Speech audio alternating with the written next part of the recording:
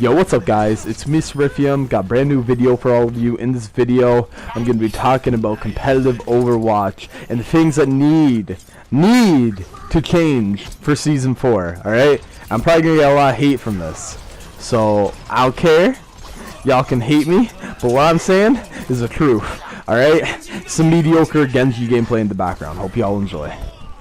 The first thing that needs to change in the new season of Overwatch is win streaks and losing streaks. And the reason for this is because it adds a luck and randomness factor to the game. Alright? And you never want that in a competitive game. And the reason for that is because it makes it harder for the players that are good at the game to utilize the tools they have. Alright? You want to limit the amount of randomness so they can succeed with the tools they're given. I'm going to give you guys a very brief example. In Destiny, there's a gun called the Hawk Moon. Now, the way the Hawk Moon works is there's a perk on it that allows it to do extra damage with a few random bullets in the clip of the gun, in the magazine, whatever you want to call it. Alright? So, you could potentially two-shot someone, I'm pretty sure. I think that's how it works. I can't remember. Haven't played Destiny in a long time. Please, someone let me know in the comments.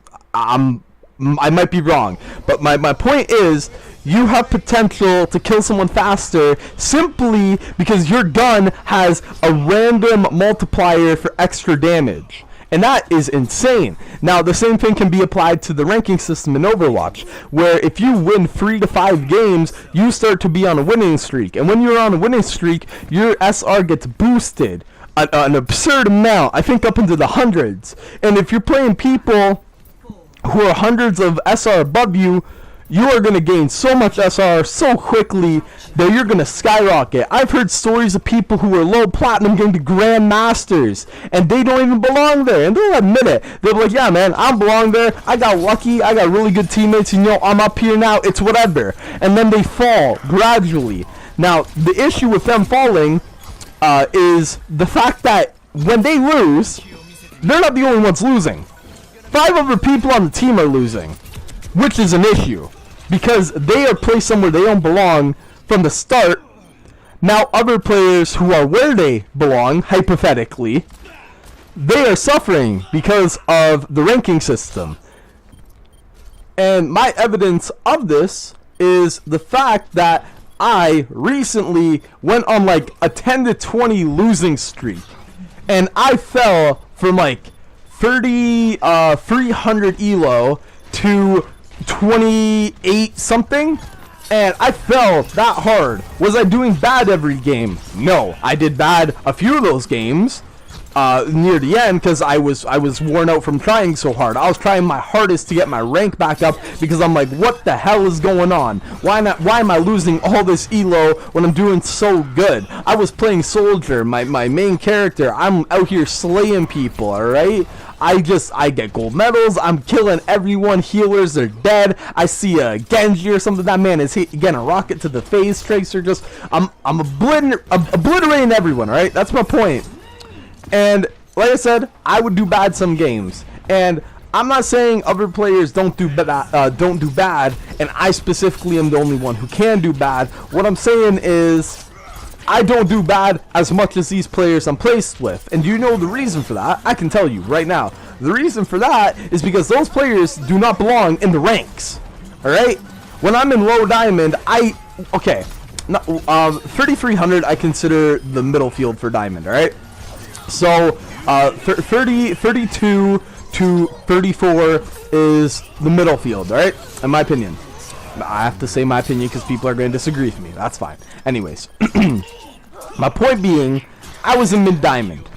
I've been to Masters, and I have lingered around like 3, 5, 50 and stuff like that. I lingered there for a long time, and the reason for that is because when you're solo queuing, it is harder to communicate at that level. Like, it's hard. People get triggered. People get salty. There's a lot of things that can go wrong for a solo queue player in low Masters, so it's hard to climb. What I'm saying though is, immediately after I fell into the 3200 point margin, I immediately realized or noticed the difference in skill between players, where they're picking unethical characters for certain team comps and stuff like that. So a little bit of info before I get into this clip. As you can see, 2993 is my current SR.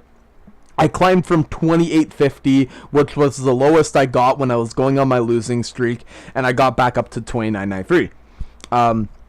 Now, the reason I'm showing this clip now, not just more regular gameplay, is because in this clip later on, there is another reason, or another thing I mean, they should fix for the next season of Overwatch, because it is ridiculous and it happens to me all the time. Alright?